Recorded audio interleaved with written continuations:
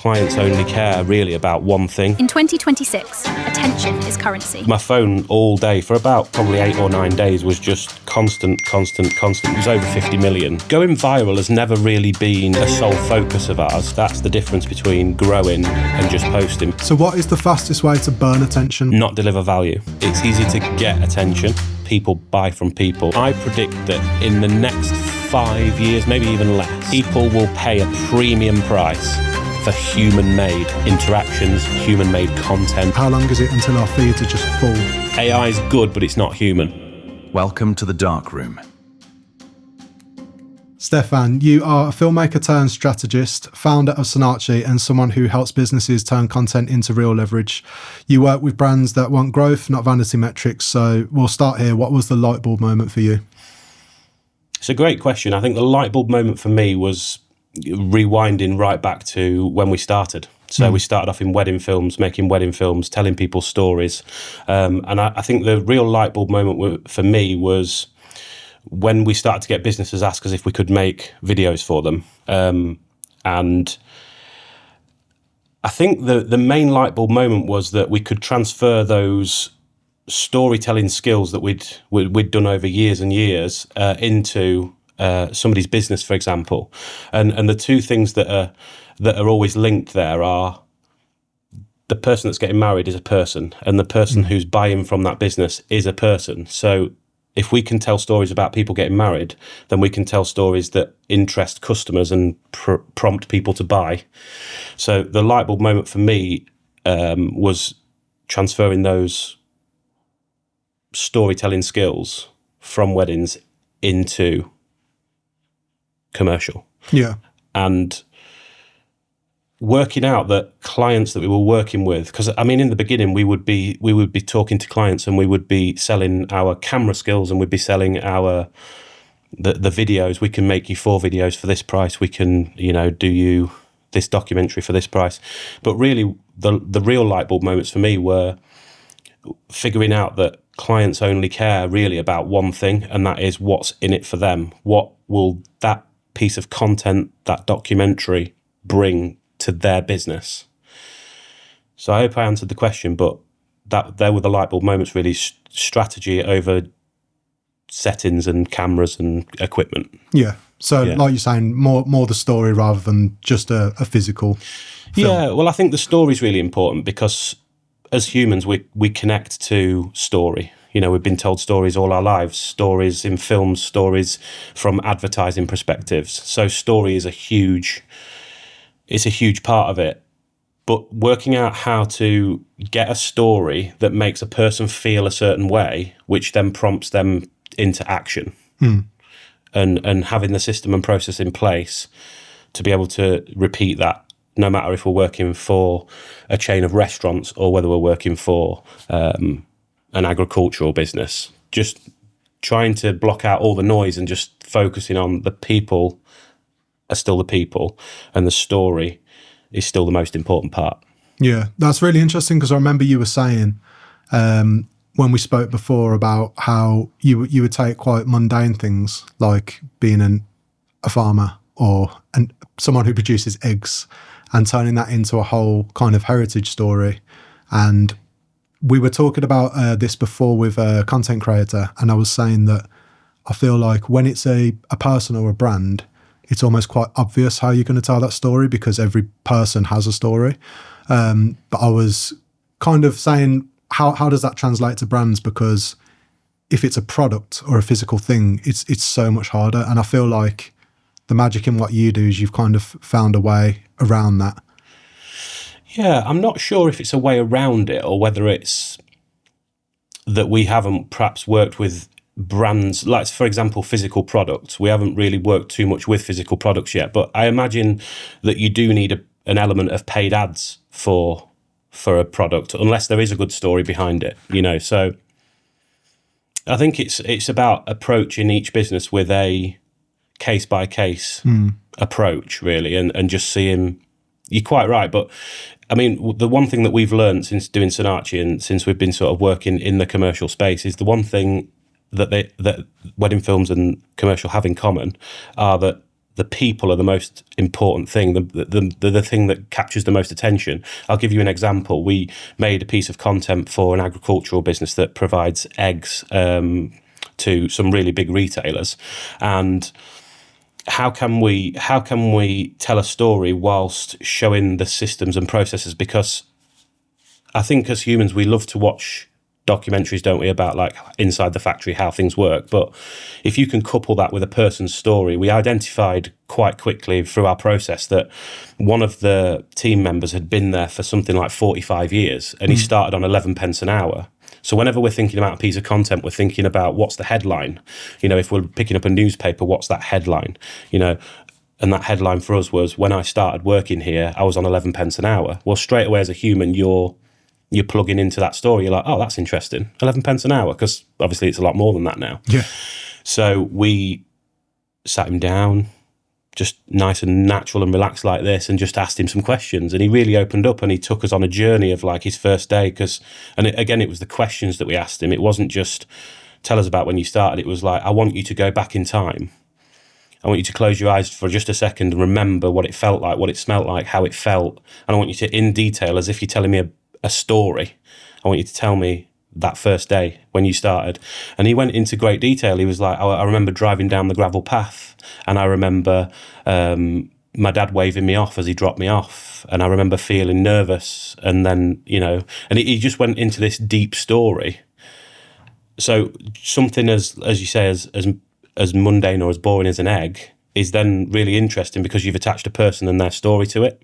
Yeah, you've humanised it. So it's, again, I think I'm answering your question there. It's how can we approach every business and find the stories within it? Because there's always stories to find. You've just got to ask the right questions and find them. But I do think if it's like a brand new startup product, there probably is a place for paid ads to start that off, and maybe just documenting that journey and behind the scenes of that journey as you go along is probably my approach to like a product. Yeah, well, we've seen it, haven't we? BTS is absolutely massive at the moment, and I think that's why platforms like TikTok are doing so well, because they're less polished than, say, Instagram. When did you realise that social media attention was a real currency? Probably in the last 5 years, I would say. It might even be since the emergence of TikTok and short form content.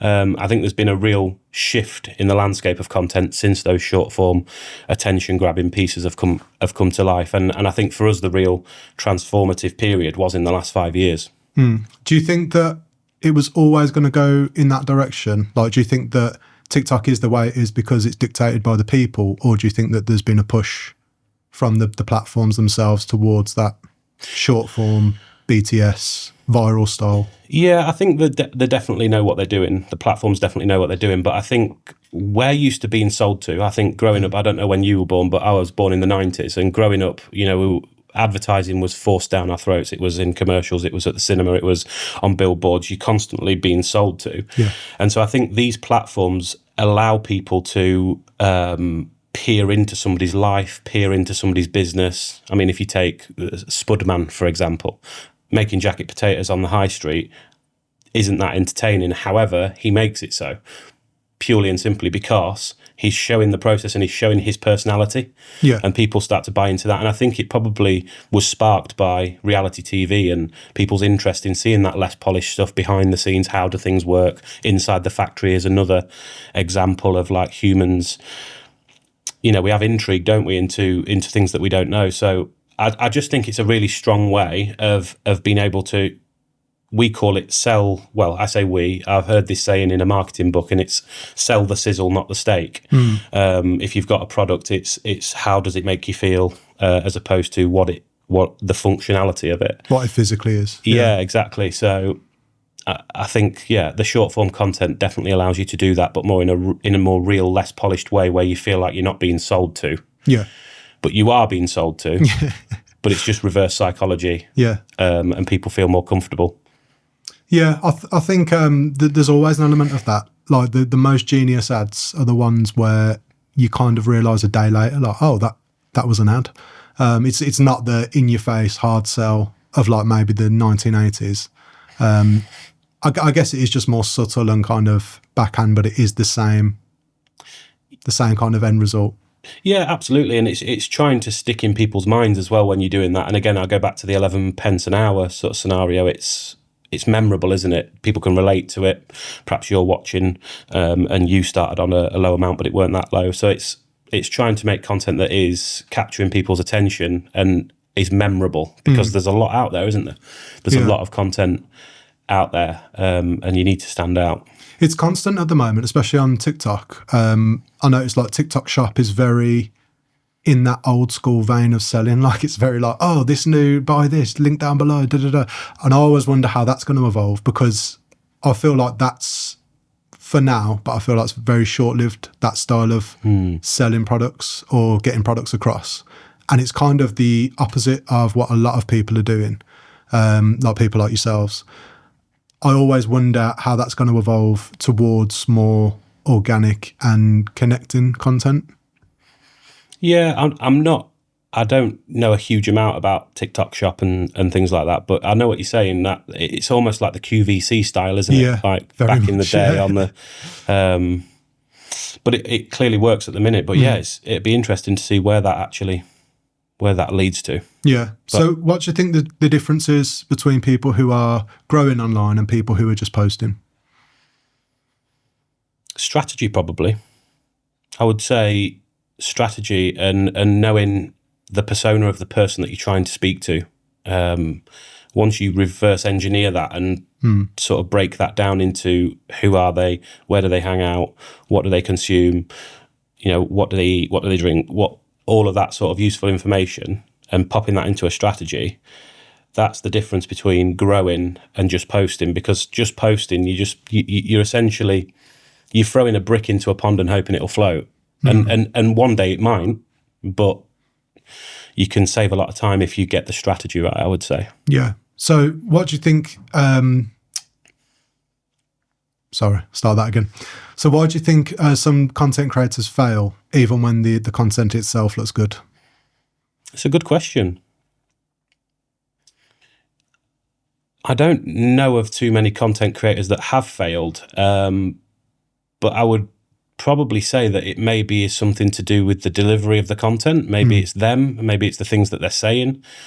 Yeah, I'm not too sure, really.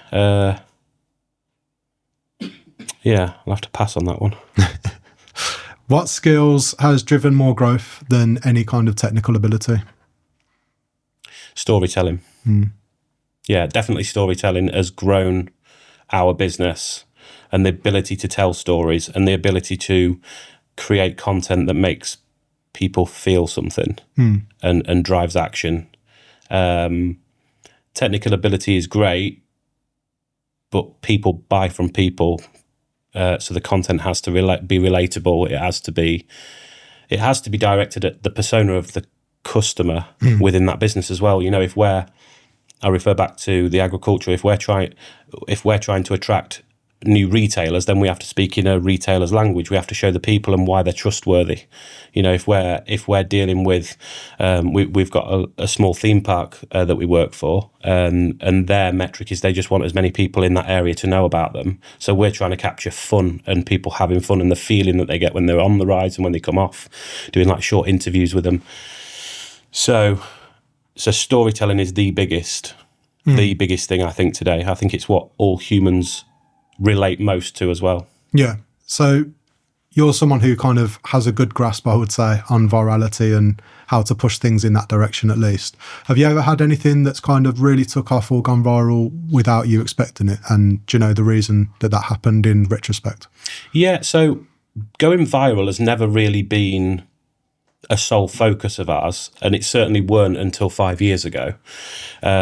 Started off in wedding films. Lincolnshire Videography is my main first business, and about four years ago we posted a clip just because we found it really funny. It was a really heartwarming, funny and real moment. I don't know, when we're filming weddings, quite often, you can get all different kinds of vicar when you turn up to the church. Some will let you film, some don't want you to film at all, some want you to stand where you are, some are really strict and really, this is my house, you'll do as you're told, and then others are like really light-hearted and cool. And this guy that we filmed was really, really cool. He had everybody in stitches. It was really heartwarming. And we just thought that the world needed to see that, or just our small following at the time would find that, you know, refreshing to watch. And so we posted this clip. And the next day I woke up and I'd never seen my phone all day for about probably 8 or 9 days was just constant notifications. It just looked like numbers like that. And I was like, I had to turn the notifications off because it was just blocking my phone. So that was completely unexpected. And it sort of sent us down a path of, okay, so that's what people want to see, or that's what people are engaging with. So maybe we should start to show more real moments. And I guess that was a bit of a light bulb moment in the commercial side as well, because it was like, previous to that, any commercial work that we'd done, we'd been focusing on polished content, making everything as polished and as amazing as we possibly could.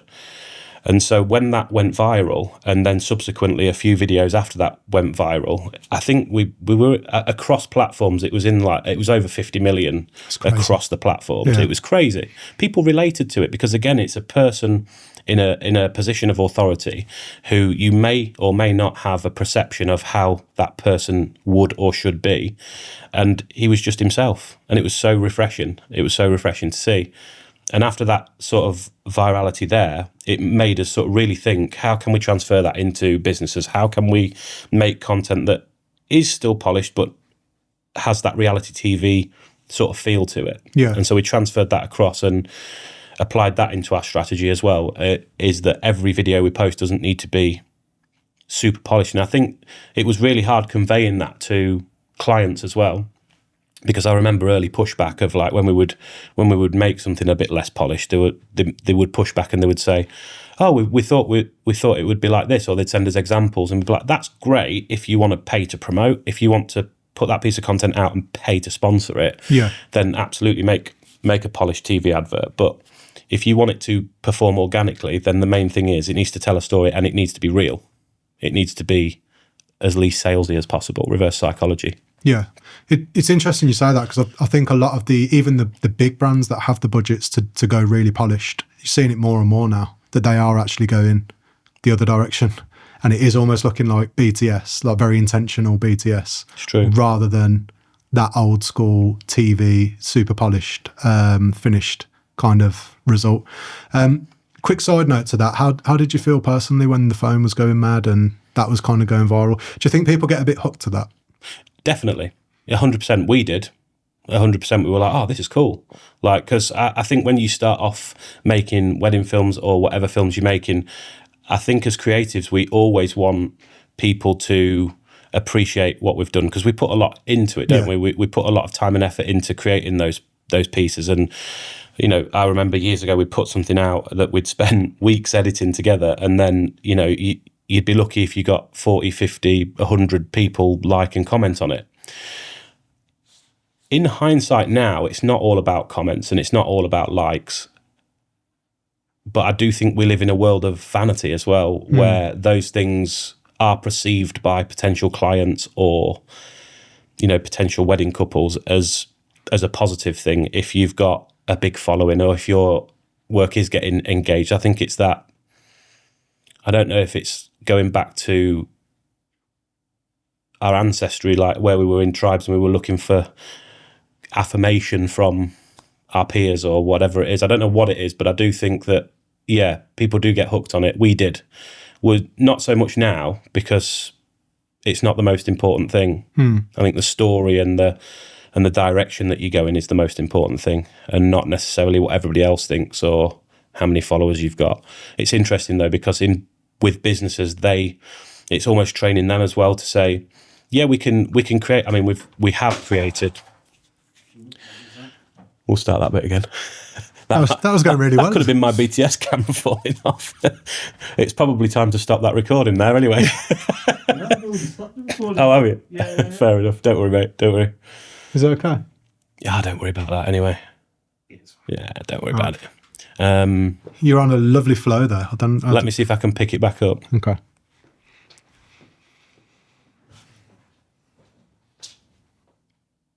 So I think it's really interesting that how it has changed and how our perception of it has changed to not just having lots of views, but having quality views, quality comments, and not just looking for them huge numbers.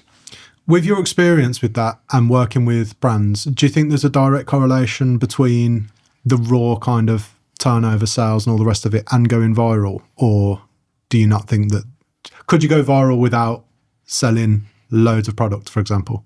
Yeah, I mean, we work more in the service business. So from a service perspective, I guess our clients probably wouldn't continue with us if they weren't seeing sales increase. I do think there's a fine line between brand awareness and sales increase as well. So it's trying to make sure that they're getting those quality views and targeting their persona, the persona of their customer. And I do think there is a direct correlation between the views and the income. I'll give you an example. A couple of years ago, a client who owns the small theme park had like a fun evening, and we'd just started with them, and it was a bit of a washout.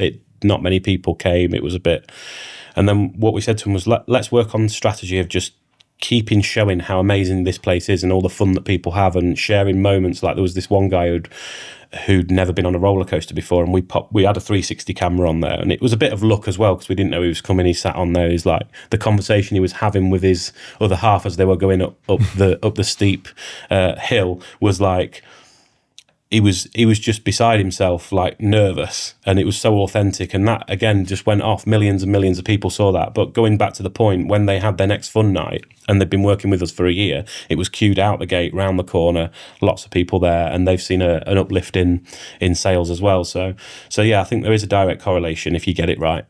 So leading on from that, what do you think people get wrong about going viral? It's a good question. Going viral for the wrong reasons. Maybe people are purely focusing on the numbers and they're not really focusing on the message or the piece of content that they're creating and why they want it to go viral. I think a lot of people do just focus on the number itself and not actually what the outcome will be, or, I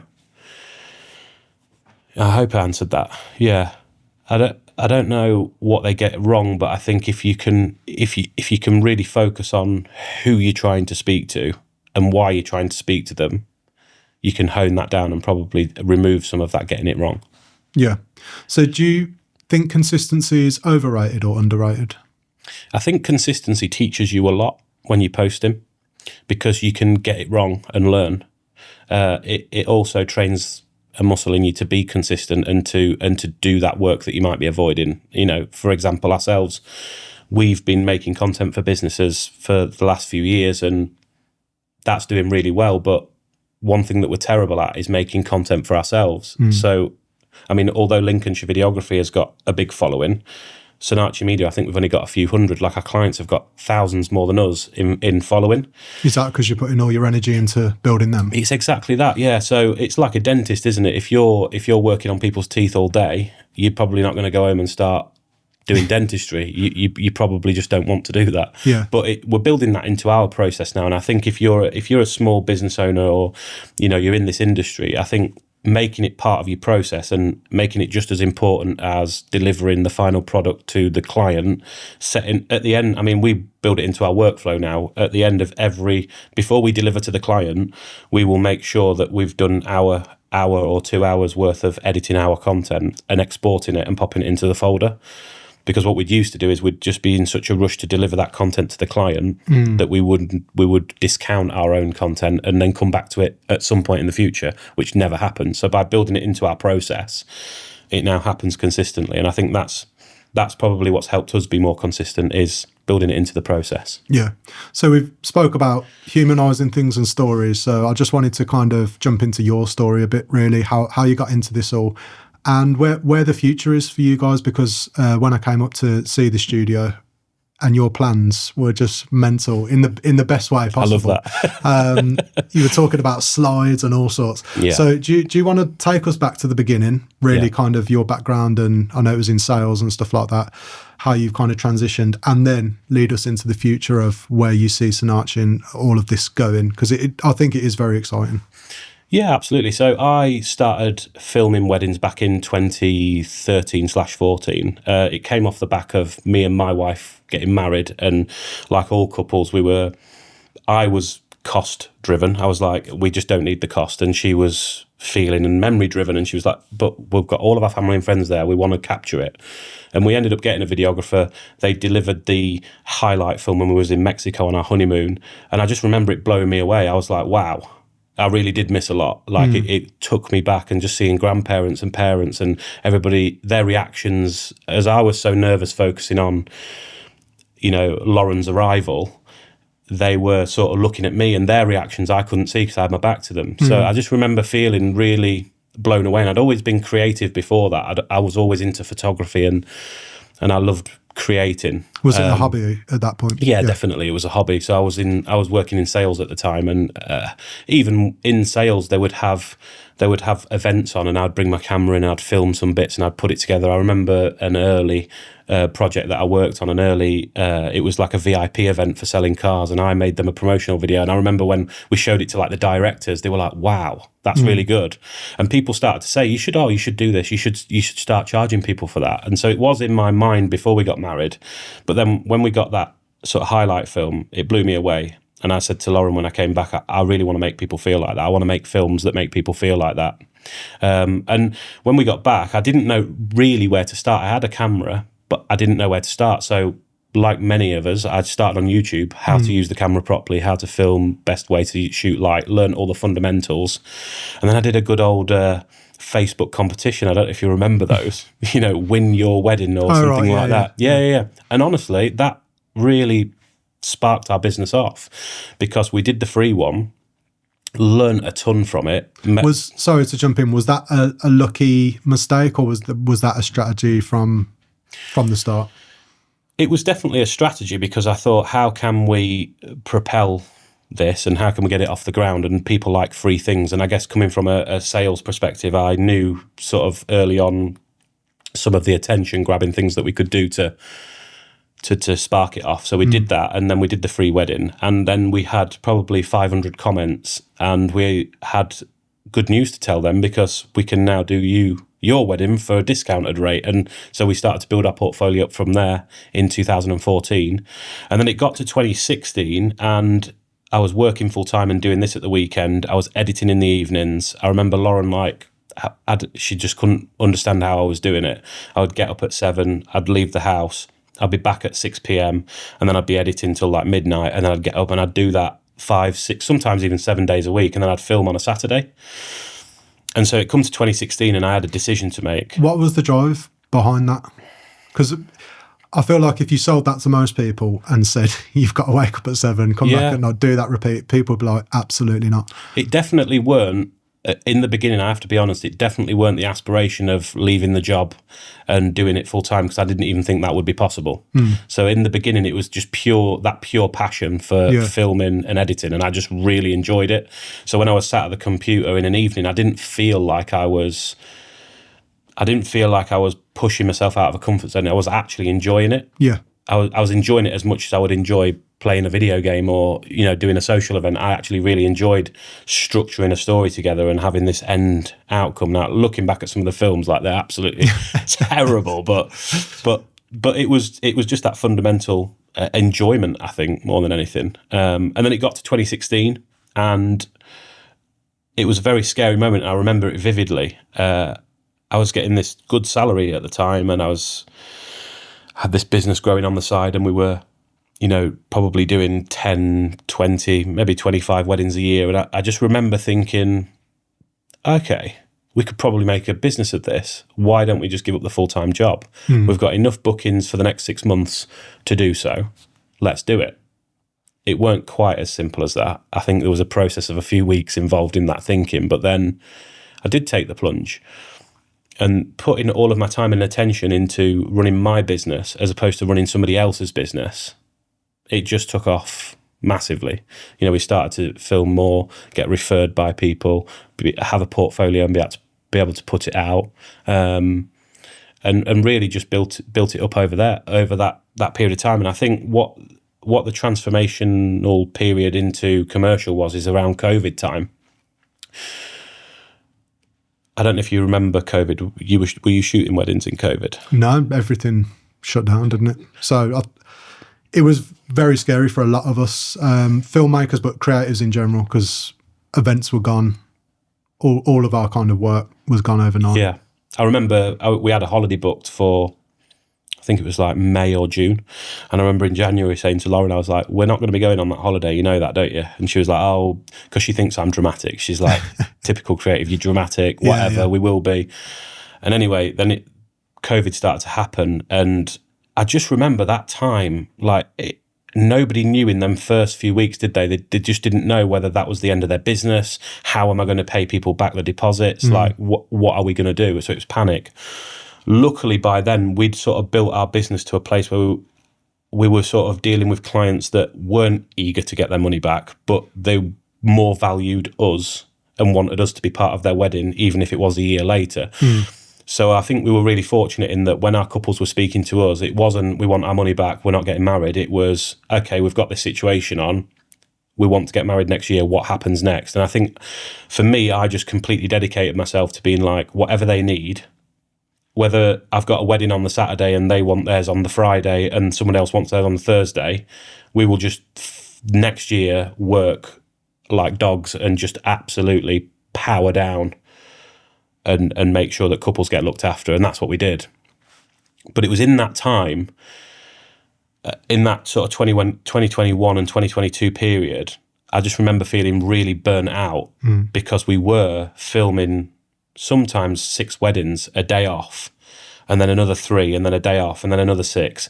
And I can't remember the exact number, but it was huge. We filmed loads of weddings. They were up and down the country. Sometimes we'd be up in Yorkshire, and then we'd have to travel down to Devon, and then up to Leicester, and then back down to London. And it was just really, really consuming. And I just sort of thought at that point, we need to diversify our business so that we're not just reliant on weddings. I still love weddings. We're not leaving weddings. I absolutely love weddings. But I wanted to be able to diversify and create a business where we weren't just reliant on that one thing, seasonal. And that's where the commercial side was born. So we started off like anybody else would, approaching local businesses to sort of sell videos. Essentially, we can make you content. And fast worked out that wasn't really a massive money earner. It wasn't really something that was scalable unless you really grafted at it. You know, a wedding, we're quite fortunate, aren't we, that people, they invest a good amount with you to create something that's valuable to them, that's going to be in their life, in their family for generations to come. Well, with businesses, they are more like they just want the results, and if you can't prove those results, then they're not going to spend a lot. So then I just remember thinking, okay, how can we make this more valuable for the customer? And again, just reverse engineering the customer. So my customer is the business owner. How can we reverse engineer what they see value in? And that was results. Ultimately, they wanted results. And this was about the time when TikTok emerged and short form content. And before that, we'd make a video for a business, and it would be a 3-minute video. They'd put it on Facebook. It would get a few hundred views, maybe 1,000 if you were lucky. And if they paid to promote it, a few thousand. Yeah. And then we wouldn't hear. And then we wouldn't hear from that customer again for a year, 2 years. So I thought, well, with the emergence of short form content, how can we be of more value to our clients? How can we create them more regular content? And that's where Retainer was born. And we'd had a few clients that we'd worked with for a little while, and we sort of flashed the idea to them. And it sort of took off from there, really. So we started doing more regular content. It was good for us because we could agree an amount per month, and we could then say to the business, and you will receive this many videos, but also more than that, you're going to receive all of these benefits to your content, like more people, we're going to build your following, and that's going to translate into the sales or in the service industry, more bookings, more people coming. So we designed the retainer. Well, we didn't design the retainer. The retainer's been known for years. Many people have done it, but we knew that that was an area that we wanted to implement. That was something we wanted to implement into our business, and so that we could have predictable income, not just seasonal, but also whilst providing the maximum value to the client as well. So they're receiving lots of regular content. You know, they can communicate with us day and night. We'll do whatever needs to be done. And then we noticed that we were delivering this content to them and they were uploading it with a really terrible caption, terrible hashtags at like 3 p.m. on a Tuesday. And you're like, okay, maybe there's an area that we can add to our business where we're helping them do that as well. So we've gone from just being a videographer to helping them create videos to posting them videos. But then as we started to do it more and more, we sort of noticed that we needed to get better at our strategy and not just make videos. So that's where we started to add the strategy in and reverse engineer everything before we even picked up a camera, get a real good plan together. Take that time to speak to a business owner and actually learn what's important to them. Who are their customer? Who is their client? What are they trying to attract? What language do they speak? How can we attract them? Come up with these ideas, and taking that creativity that we've had for many years and that storytelling ability and transferring it across into that commercial. It was just, it just took off. And in our area now, we're looking after most of the businesses in our area. And I think for me, I'm happy with that. We will travel to new areas and we do want to expand. But for me, because I've got small children, I wanted to sort of do less weekends and more weekday work. And again, we're not leaving weddings.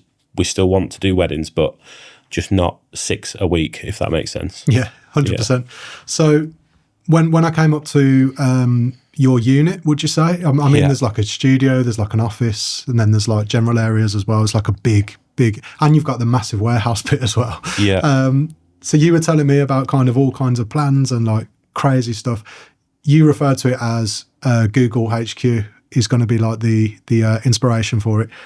That leap from videographer to strategist to agency, would you say? I suppose we're a creative agency now. Yeah, and you've got a few employees you're taking on more currently. Where do you see the future for that? Yeah, so interestingly, just going back in time a little bit and going back to the sort of thought processes and the decision making for taking on the unit, we were working from my home converted garage. There was just me at the time. Then it went to me and Lauren, who's my wife. She does the social media side. She sort of was able to leave her full-time job and join and take a salary based off what I'd built solely alone. And then I remember landing our first big client and going back to Steve, who has worked with me for the past 10 years and has pretty much been by my side from the beginning.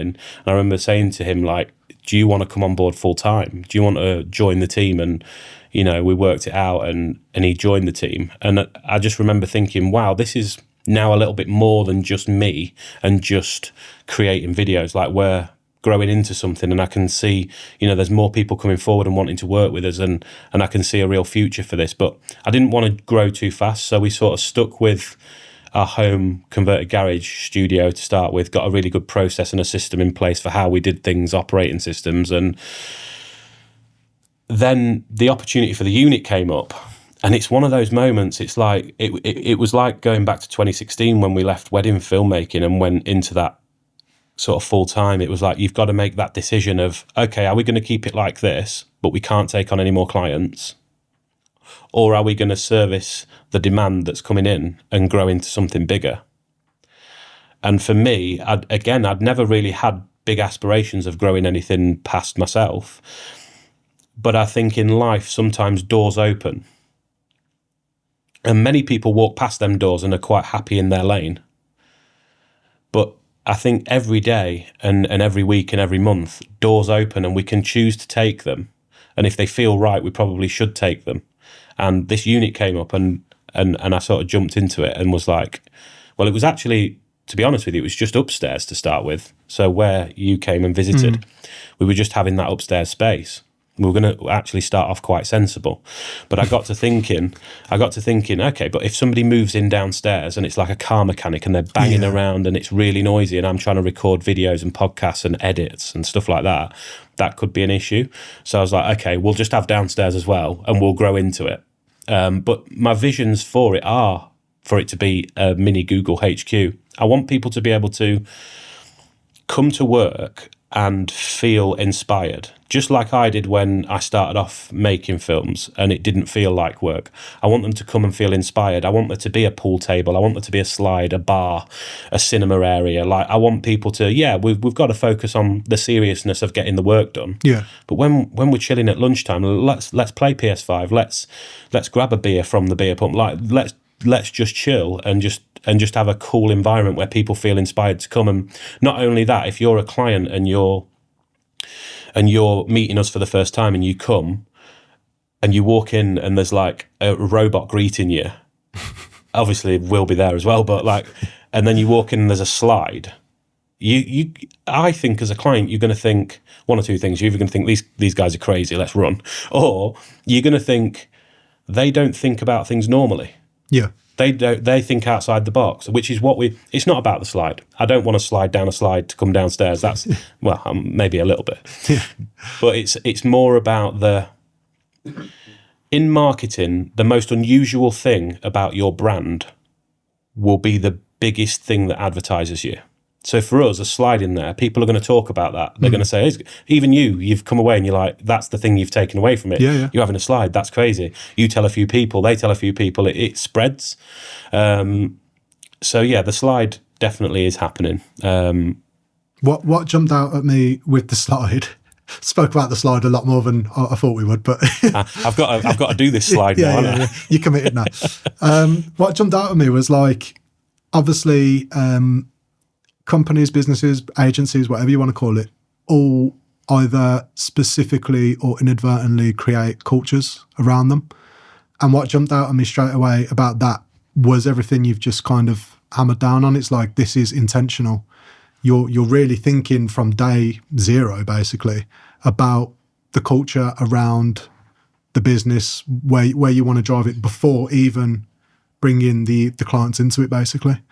Yeah. I think if we get that right, we can't really fail because it's about the people. I can't do it all on my own. I came to a brick wall of I can go out and film and edit, but I can only do so much. So I need good people who feel inspired and who want to come on a journey to join that. And yeah, we've got really good freelance friends from the wedding industry that are currently helping us out as well. But I guess I just want people to feel inspired and not like they're coming to work. Like, I want them to be part of the journey, and as we grow, they grow, and move up the chain. And I've certainly taken a little bit more of a strategic outlook on the business now.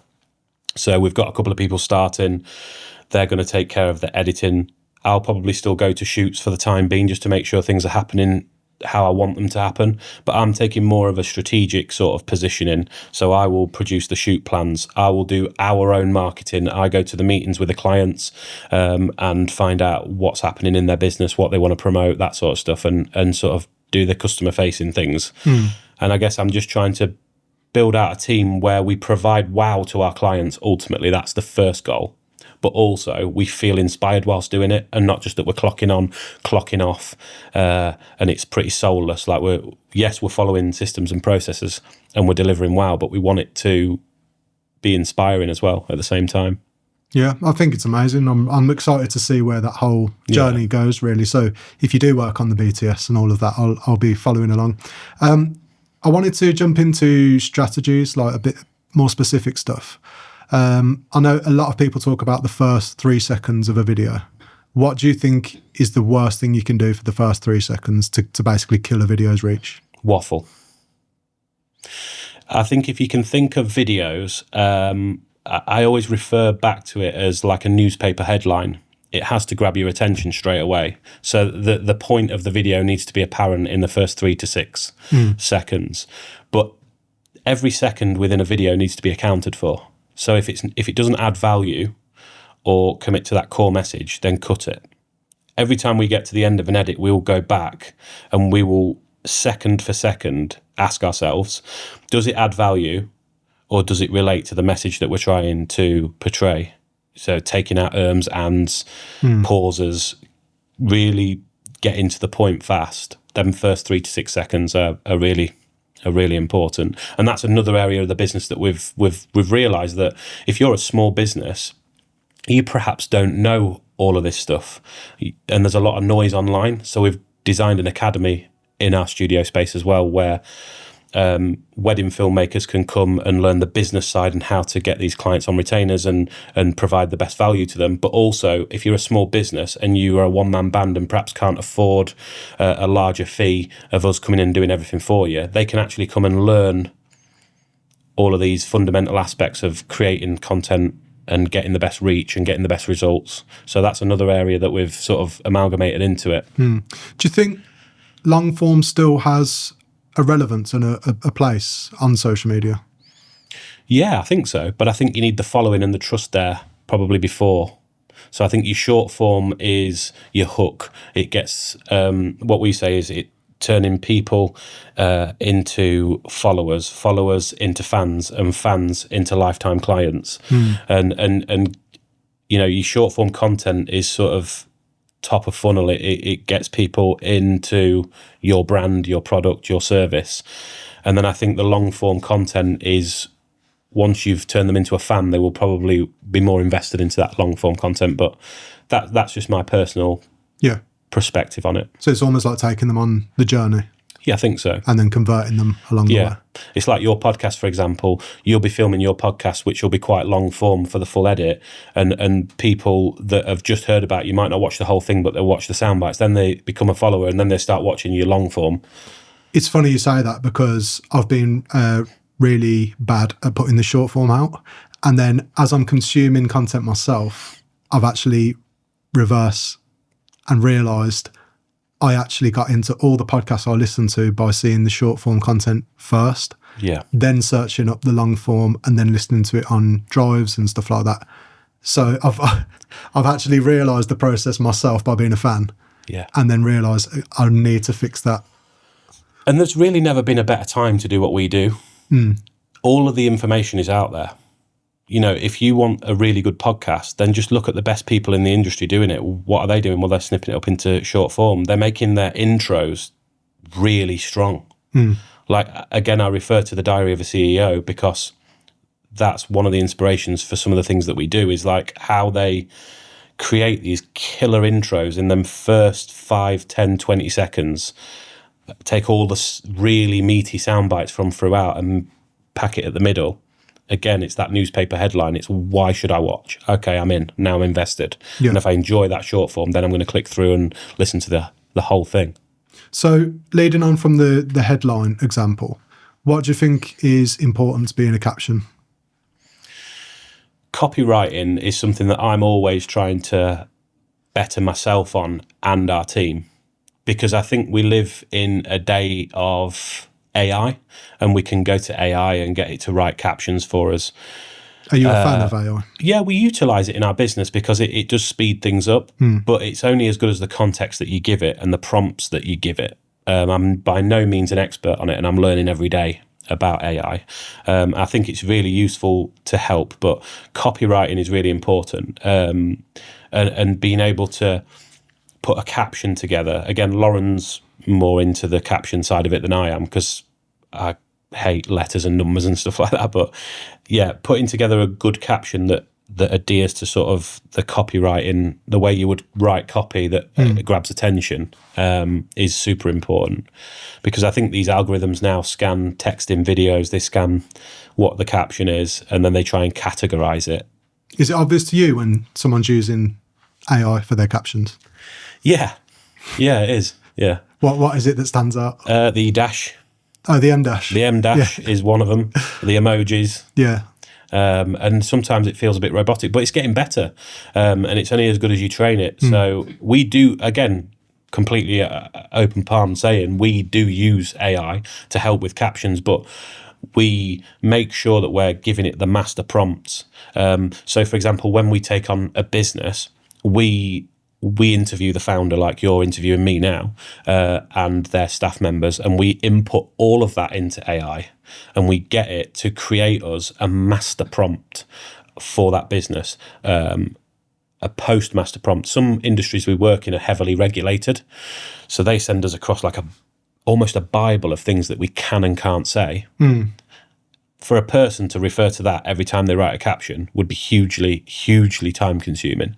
So by inputting that into AI and creating these master prompts, we tell AI every time we use it, refer to the master prompt, it will get their tone right, it will get their vision right, everything about their business, it will get it right. It won't say things that are regulated. It learns their business. So I can't remember what your question was, but I think, yeah, AI is massively utilised, and you can tell when people are using it lazily, or maybe not lazily, but maybe they don't quite understand about master prompts and how you prompt in it and engineering those prompts to get the right response, because it's as good as you make it. Yeah, I kind of wonder where it's all going to lead, because my daughter, who's 9 years old, was scrolling, I think it was YouTube Shorts or something like that, and it was in video form, and she said, "Oh, AI slop." Carried on scrolling. I thought that's crazy. 9 years old, and it makes me wonder, how long is it? Because we've already seen a lot of it. How long is it until our feeds are just full of kind of AI content? And it's almost, at the moment, we think it's really innovational and cool. Does it get to the point where we're like, we hate this, we want organic? So I think there's a really interesting point you've just made there. At the moment, people want AI-made content. It's really exciting. It can do videos, it can do this, it can do that. I predict that in the next 5 years, maybe even less, people will pay a premium price for human-made interactions, human-made content, human-generated, organic realness, storytelling. AI is good, but it's not human. Yeah. And I think people will value human-made. It'll almost go full circle. Yeah. All the way back round. I think so. So what is the fastest way to burn attention once you've got it? Not deliver value. It's easy to get attention using the right formulas and strategies. But to keep it, you've got to be adding value, or, information or entertainment. The reason that they followed you was to see that kind of content, to consume that kind of content. So the easiest way to burn it would be, for example, now, so Lincolnshire Videography, I think we're sitting somewhere around 160,000 followers on Instagram. If I went and started posting behind the scenes about our studio or commercial shoots, then the people that followed us to watch the real moments of weddings would probably unfollow us, and probably we wouldn't get that attention. We've found it, since we got the virality on Lincolnshire Videography, we've found that when we've tried to go back to just posting our really nice films, because we still want to be doing that, we've found that the engagement on them is much less. Because it's not what people are expecting from... Yeah. So a handful of people that know us and love our work will like, comment, I nearly said subscribe them, but you know what I mean. Yeah, follow along. But the people that just stumbled across the Amazing Vicar video or a real moment at the end of an aisle, they just want to see more moments like that. So it's not always fantastic having that big account or virality. It is from a vanity perspective, but is that the be all and end all? I don't know. So leading on from that, do you think people can go viral before they're ready to? What is being ready? I guess having the brand in place, having the business, having the real content behind the hook. Yeah, probably. Yeah, I think so. You definitely want to have your products and services in place before you start making content, because you need to understand what it is you're creating it for and who you're creating it for. But yeah, it's really interesting, and I think you have to have a balance of what your product actually is and that entertaining sort of informational content as well. I think there should be a balance, and it shouldn't all be, for example, if you get 100,000 followers that just want to see entertainment, that probably isn't as good as having 20,000 followers that actually just want you or who you are or what you're doing. So do you have a preferred platform? I love Instagram, personally. I haven't touched TikTok in the last year and a half, probably. I haven't posted to TikTok. TikTok was really good at the beginning. We posted our content on there. But again, I just found, just being completely honest with you, I just found that we were posting it we got a little bit hooked into those views and likes and shares. And this is just me being completely honest, because I could come in here and say, I could say, oh no, it's nothing to do with that, we're not bothered about that. But of course, as humans, when you see that attention growing, of course it's nice. It's like your business that you've worked on. It's really nice that people are noticing it. It's validation, isn't it? Yeah, it is. But actually, it's not the be all and end all. We still want to share amazing moments, but I want to share amazing moments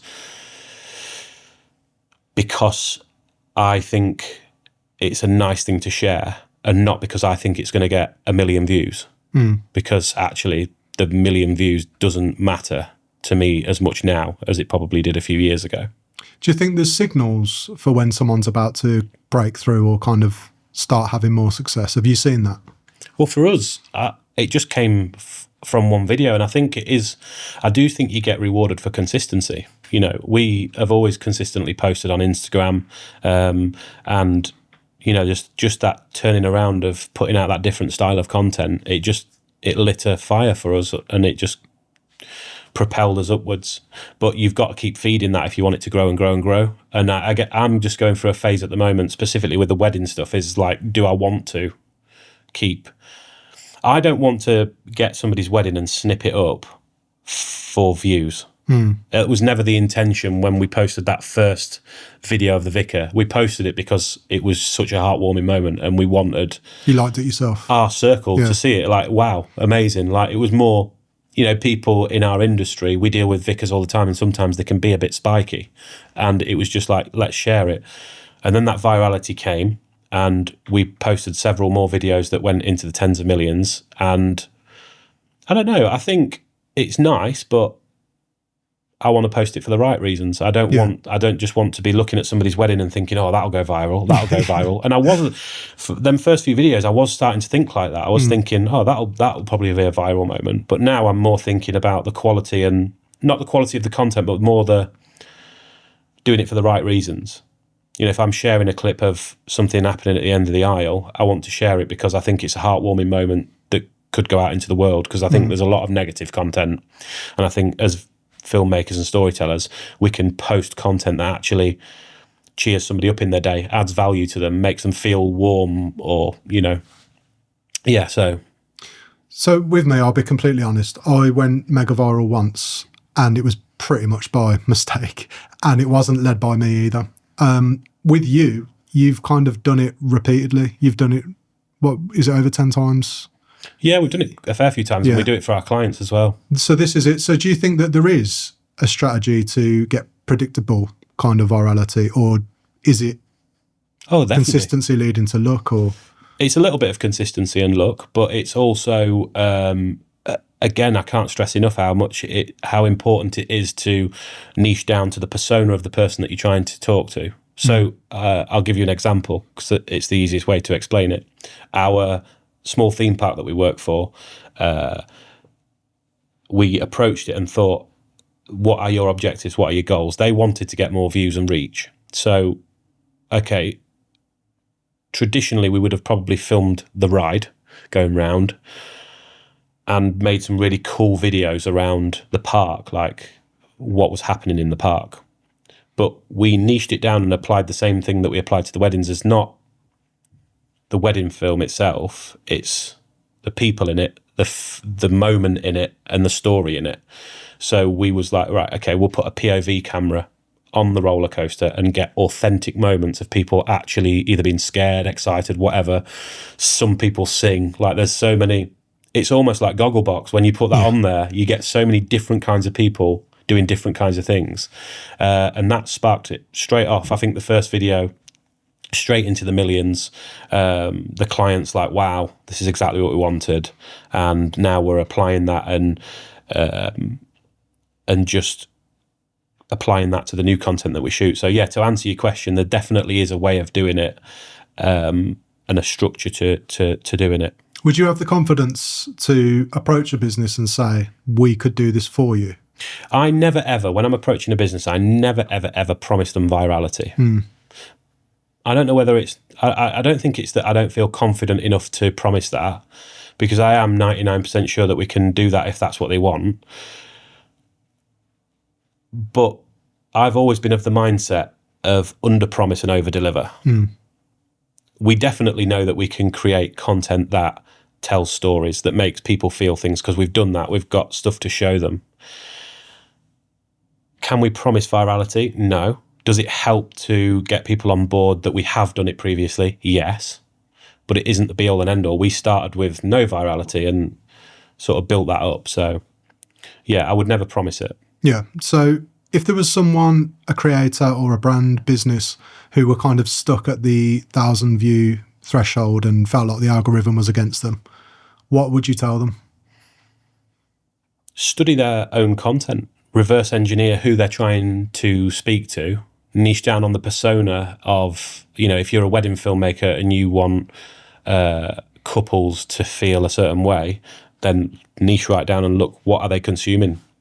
So if you were starting from zero today, what are you doing in your first 30 to 60 days? In weddings or?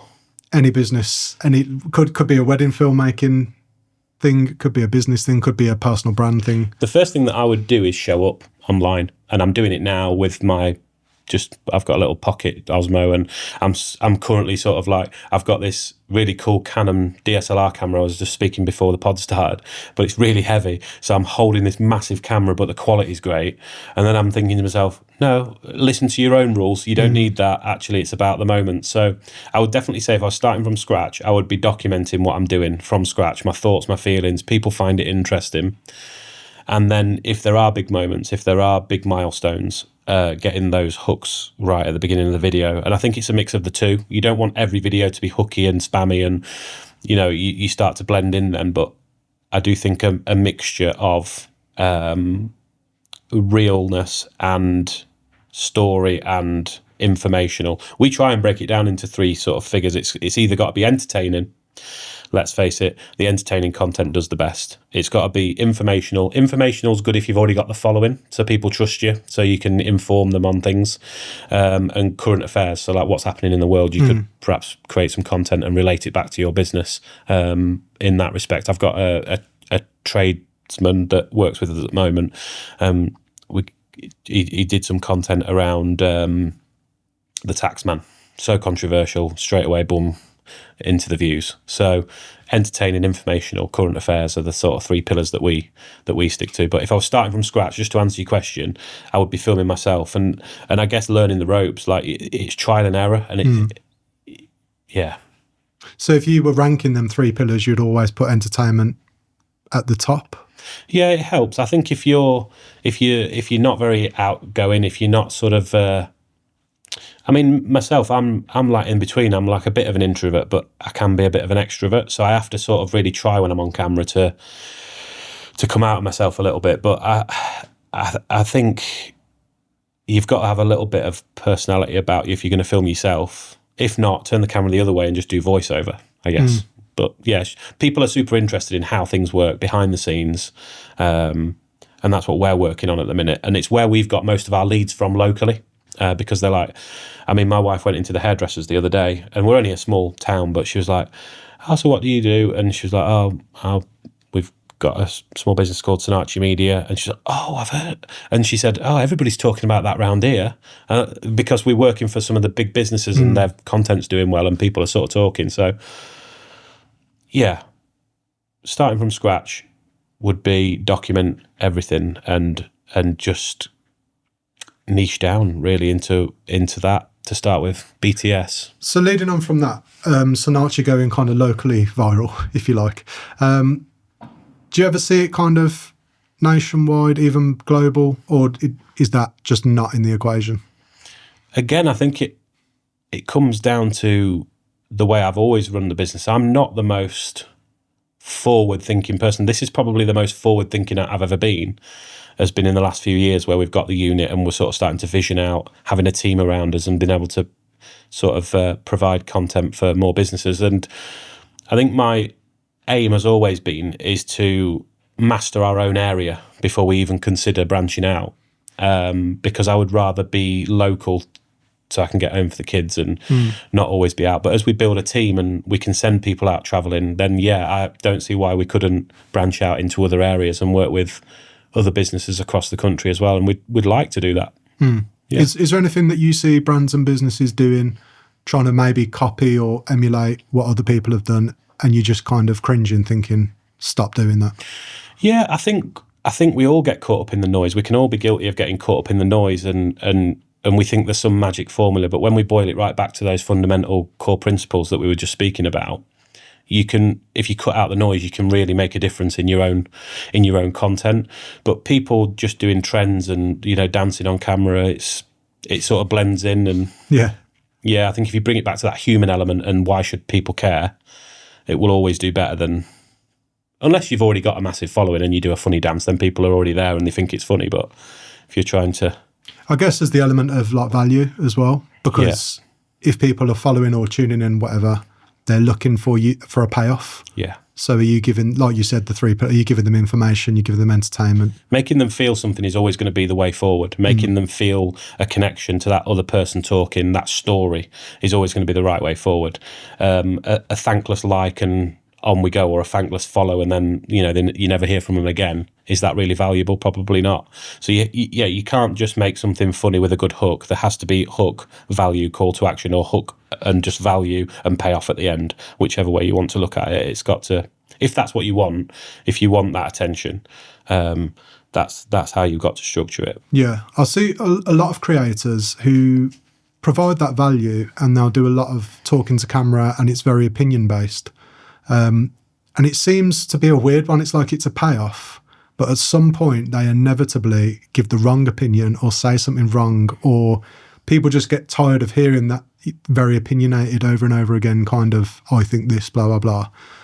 Do you think that has a shelf life, that type of content? Because I think it's really prevalent at the moment on socials. Yeah, and I think as well, like, if you give the wrong opinion, you could, again, it comes back to what you want, doesn't it? If you're a content creator who just wants their personal brand to get virality and then get brand deals, you probably want to be careful about what you're saying, because brands are not going to want to work with you if you're super controversial. You might get some controversial brands that want to work with you, but the majority of brands are going to want to take a swerve around you. And I always apply that to our business as well, in that everything that I'm doing behind the scenes, I just want to show them authentically who we are, because actually we're not pushing our thoughts onto other people. We're asking questions mainly. We're like learning and growing, and when we approach a business, we're trying to find out as much information as we can to prescribe the right outcome for them. So if I was to go online now and start to be super opinionated or get caught up in politics and stuff like that, it could probably help us get some views, but what's the detrimental effect going to be to our client who has an opposite view? So I think if you want to be a content creator, it could be a good way, but I'd be super careful. For what we're doing, we just try and be as real as we possibly can. And if people relate to you, then they'll follow you and they'll keep following you and they'll keep engaging with you. If they don't, then they'll scroll on. Yeah. And I guess focusing on the story-based content is like a surefire way to avoid political or them kind of more dicey discussions. Yeah. Whilst pushing it forward. Yeah, I think so. Yeah.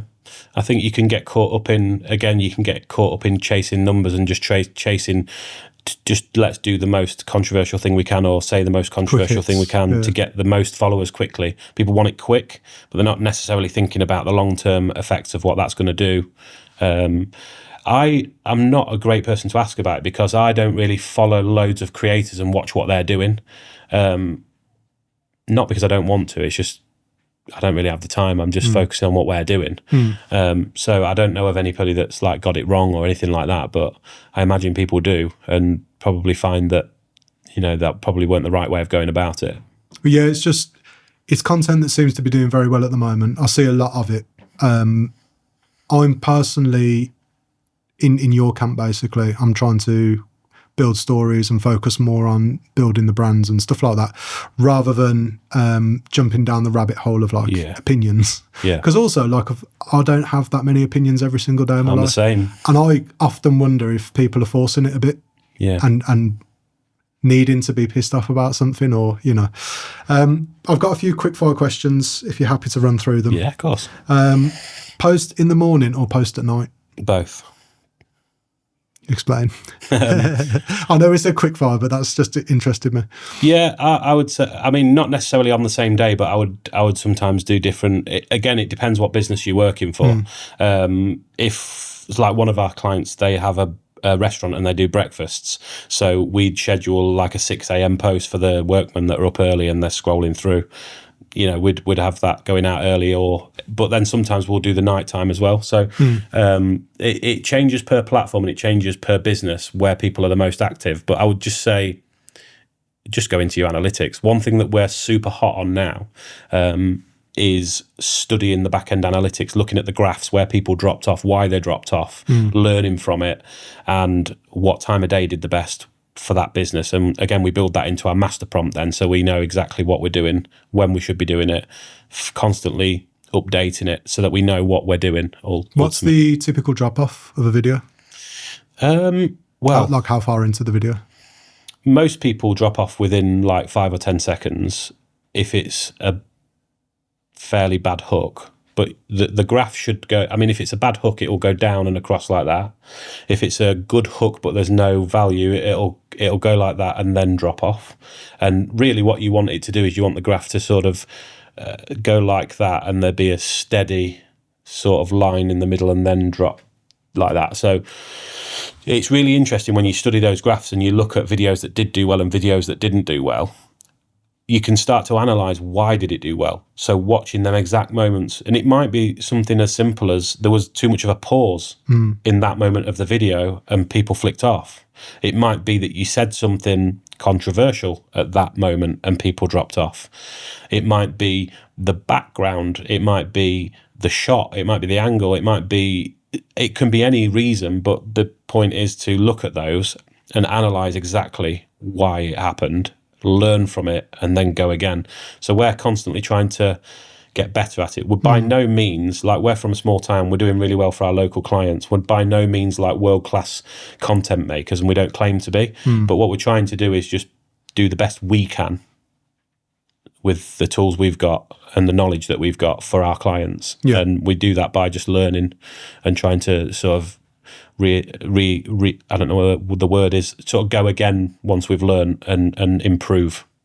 So would you ever split test? Would you ever have the same video, you've analysed it, you've seen where the drop off is, would you ever put the same video but edited back out, or would you just move on? We're starting to do the A/B testing. I know it's been on there for ages, but we've never really used it, especially with our own content. We're starting to do the A/B testing of like captions and things like that, but we think we've got it fairly squared off with the captions. So yeah, certainly with our own content and for YouTube and things like that, we're trying to just analyse it and test different methods and stuff. But I'm not a super analytical guy.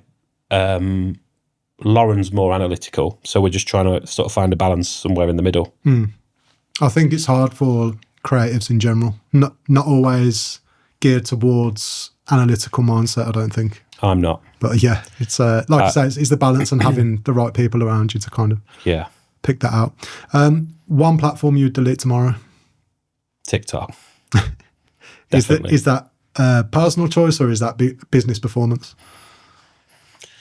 Again, I can't complain because TikTok was very good to us when we were posting those clips, and they did go viral. And again, I think we've probably sat 130,000 followers on there, and I sometimes think we should probably do more on there. But again, I don't want to be doing it for the wrong reasons.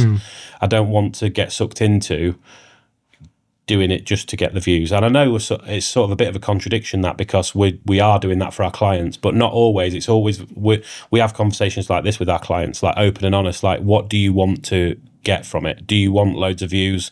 Do we want to focus on quality views? Do we want to build a community? What are the outcomes that you want? Do you want quick wins? And so we're always adapting it to them. But for me, I would probably, if I had to delete one, it would be TikTok. So leading on from that, what do you think is the most overrated growth tactic right now? Trends. probably just trends, like jumping on bandwagons of trends and doing it for the sake of it's a trend. It can also propel, and I'm not saying it's the wrong thing to do. It can propel your business, and it can work. But also, you can look like a bit of a plonker if you're doing every trend that comes around, and you're the only people that are commenting on it is your grandma and your mum. And would there be a specific trend that you would refuse to touch? I don't know too many. I don't know too many trends really, because I just ignore them. Any trend really, I would refuse to. We're not going to see you dancing, or No, you're not going to see me dancing. No, definitely not. And I think as well, when we started posting the real moments, I don't know if we were the first, but we were certainly within them first few people that went viral from doing that. And now everybody's doing it, and I think that's become a bit more of a trend. People are chasing after those views by posting those moments, and I don't know. I've sort of taken a big step back from that now, and I'm like, I don't want to get stuck. I don't want to get sucked into just doing that for views and building the channel up and things like that just for the sake of it. Yeah. What's the main metric? I'll go again. What's the main metric you care about? The main metric that I care about is client retention. So when we work with a business for a year or two and they start to win and they want us to do more, that's the main metric that I care about. Quality or volume? Something in between. I had a client the other day, because we do different packages, and they make their own UGC as well. And he was like, I just want to post 3 times a day every day. I said, that might have been what you did 5 years ago, but now it has to be, when I say quality, I don't mean how it was filmed, but I mean there has to be a good hook. There has to be a payoff. It can't just be you posting for the sake of it. So I think somewhere in between with that strategy, I would much rather post 2 or 3 times a week with really good quality, quality content-packed content 3 times a week than 3 times a day just for the sake of hitting numbers. This probably leads straight off the back of that. But would you delete a bad post or just leave it live and move on? Delete. And I have done. Yeah, I have done. I've posted one and then gone, no, actually, that's not. Either it's not what I want to do, or it's just a bad post. Is that based on it being off-brand, or is that based on performance? Probably back when we were doing doing it to get as many views as we could. Probably based on performance. Is that different now? Yeah, completely. Yeah, because I just wouldn't post for the sake of it going viral or for the sake of views. I will now only post if I think it's going to add something to people that are actually following us. Like, is it a really good moment? Have I not seen that before? Is it going to add value, or am I just posting it for the sake of it? Advice that you hear all the time that you ignore? Go to the gym. Or do you mean relating to this? Relating to this. I was going to say. Advice that I hear all the time, but I ignore. Again, it goes back to the doors opening. I think every day, everywhere we go, every conversation we have, there's messages within those conversations and things that we can learn from that person. And I think it would be disrespectful of me to just ignore someone's advice. I would always find out how that relates to me and try and work that into what we're doing. Is there anything that you regret on this journey or would change? No, I don't regret anything. Is that in life in general, or? Just in general, yeah. I think every day we're here to learn. And I think if you have made mistakes, they lead you to where you are today and make you the person that you are today. So I never regret anything that I've done, or work-wise or personal, because I think it's what makes you who you are. So final question, is it all worth it? Definitely. Waking up in a morning for me and feeling like I have the ability to create, tell stories, be part of an amazing growing team, meet people like yourself, come here and do this podcast, I feel really fortunate that I'm in this position. And I know that we've, got to this point through hard work and consistency and things like that. And we're nowhere near where we want to be. And again, I'm not sitting here saying we're this world-class company, because we're not. We're just a small business of people that really want to make a difference. But yeah, I think it is definitely all worth it. And I think I feel very fortunate that I get to call this my job, and that I get to work with the people that I get to work with, and meet the people that I get to meet, and work with the businesses that we work with. I feel very fortunate. I really appreciate you making this effort to come in today and travel 3 hours to be here. And yeah, I'm excited to see where it all goes. So thank you for coming in. You're welcome. Thanks for having me.